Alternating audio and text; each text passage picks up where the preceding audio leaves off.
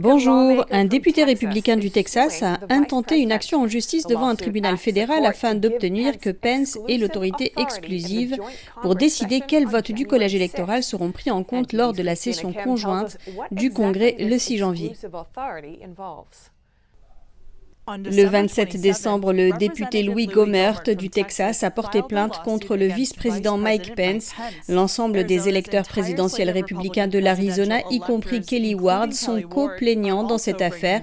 Il s'agit d'une tentative d'annuler les résultats des élections 9 jours avant la réunion de la session conjointe du Congrès. Le 6 janvier, le Congrès doit se réunir pour compter les votes électoraux et nommer officiellement le président et le vice-président élus. Et comme le prévoit la loi de 1887, le vice-président présidera à la réunion. Même si le procès est intenté contre Pence, il s'agit en fait de demander à un juge fédéral d'invalider la loi de 1887 sur le décompte des voix, qui limite le pouvoir et la seule discrétion de Pence pour déterminer le décompte. En invalidant cette loi, le vice-président Pence obtiendrait l'autorité exclusive de décider quels votes seront comptés le 6 janvier et cela pourrait renverser l'élection en faveur du président Trump. Alors qu'il y a des listes d'électeurs alternatifs dans les États clés, Gohmert demande que Pence soit autorisé à décider de la manière de gérer cette situation. Si la demande est acceptée, Pence pourra choisir les électeurs républicains qui ont voté pour Trump. Ce pouvoir est donné au vice-président par le 12e amendement.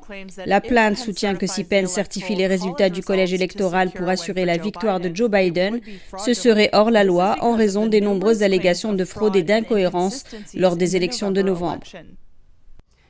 Le président Trump dénonce le ministère de la Justice, y compris le FBI. Il affirme qu'ils n'ont rien fait concernant la fraude électorale présumée lors de l'élection présidentielle de 2020, malgré les preuves.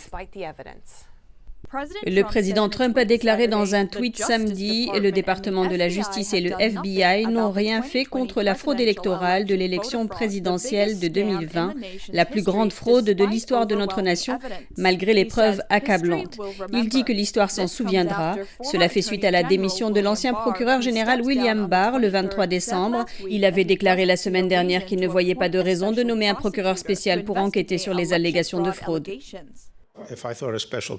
Si je pensais qu'un conseiller spécial à ce stade était utile et approprié, j'en aurais nommé un, mais je ne l'ai pas fait et je ne le ferai pas.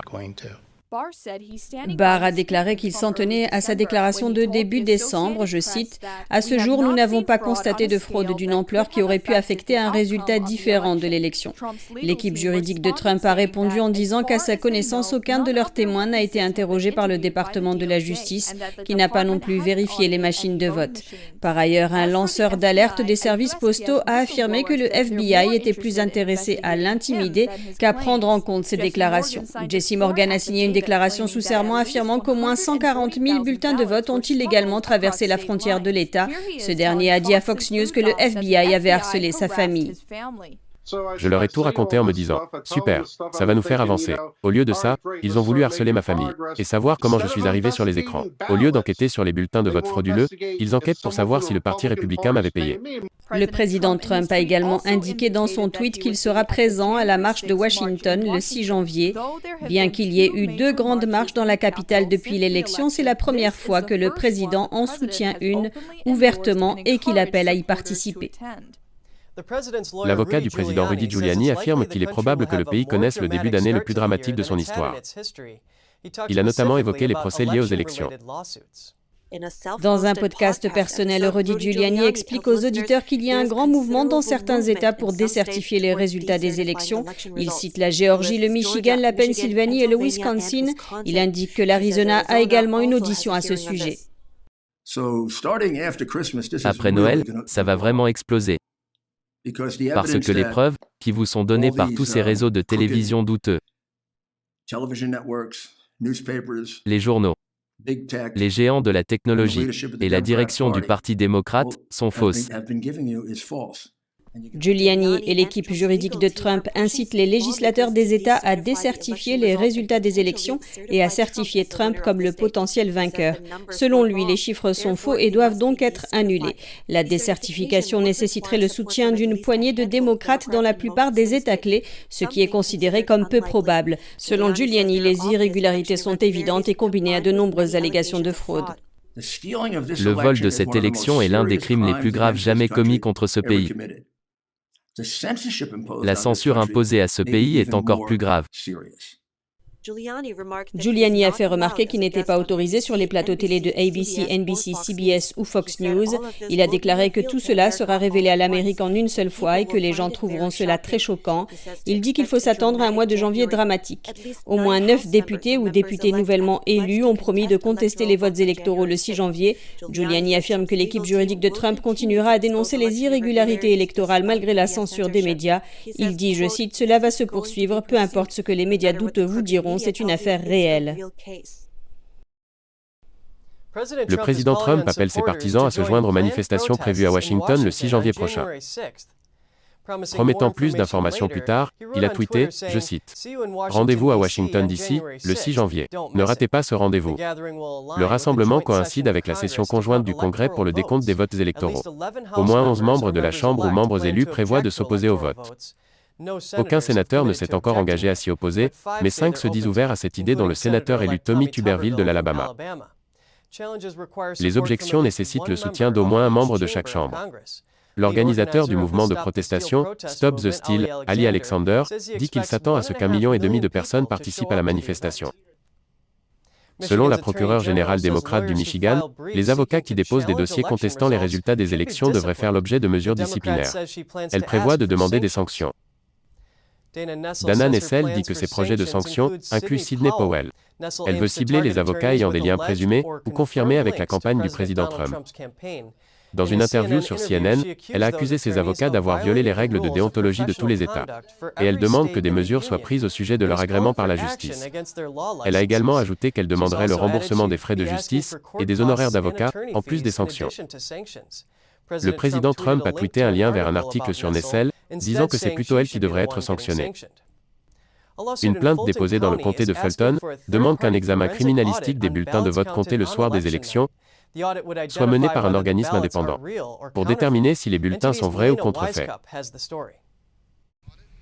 Le bureau du secrétaire d'État de Géorgie et d'autres personnes ont tenté de justifier une vidéo de surveillance montrant des fonctionnaires du comté de Fulton en train de compter des bulletins de vote sans supervision, mais un groupe de citoyens de Géorgie est déterminé à trouver des réponses. Nous avons 9 électeurs géorgiens qui ont voté, et qui sont très contrariés par ce dépouillement illégal des bulletins de vote.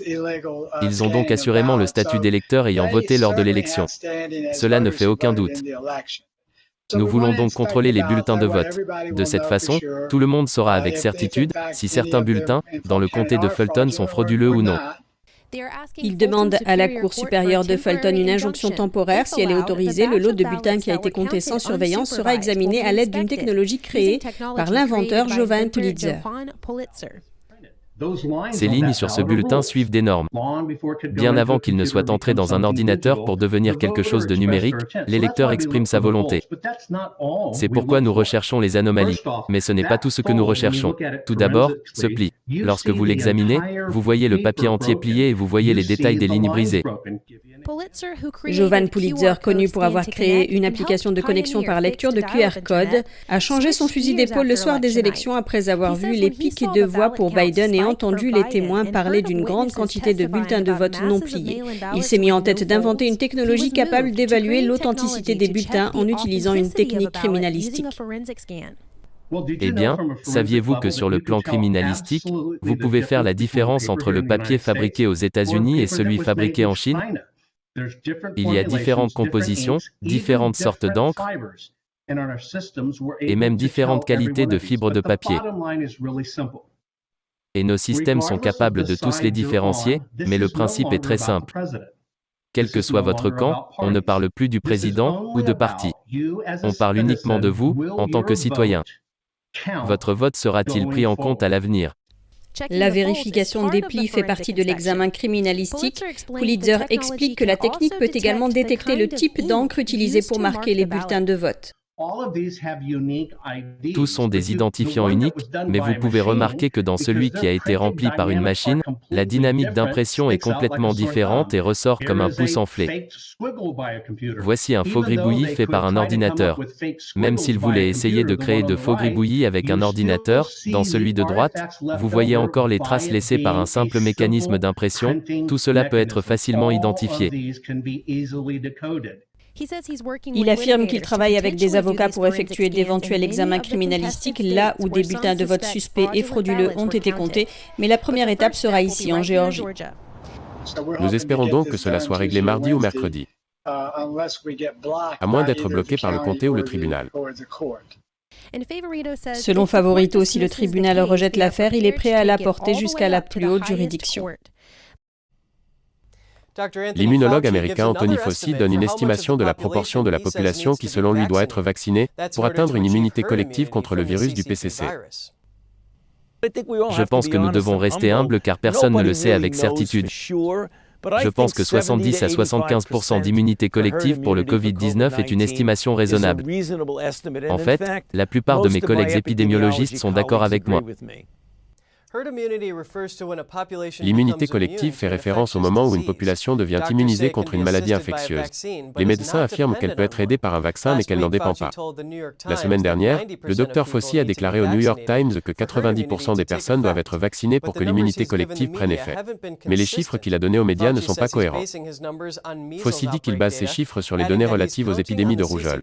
Il ajoute qu'il part du principe que le virus du PCC est moins transmissible que la rougeole.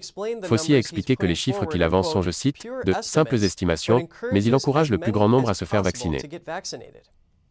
Pour éviter la censure de YouTube, vous pouvez vous rendre dès maintenant sur notre site internet et vous inscrire à la newsletter pour pouvoir recevoir toutes les informations et continuer à nous suivre sur la toile. Par ailleurs, vous pouvez également nous retrouver sur les plateformes Odyssey et Rumble.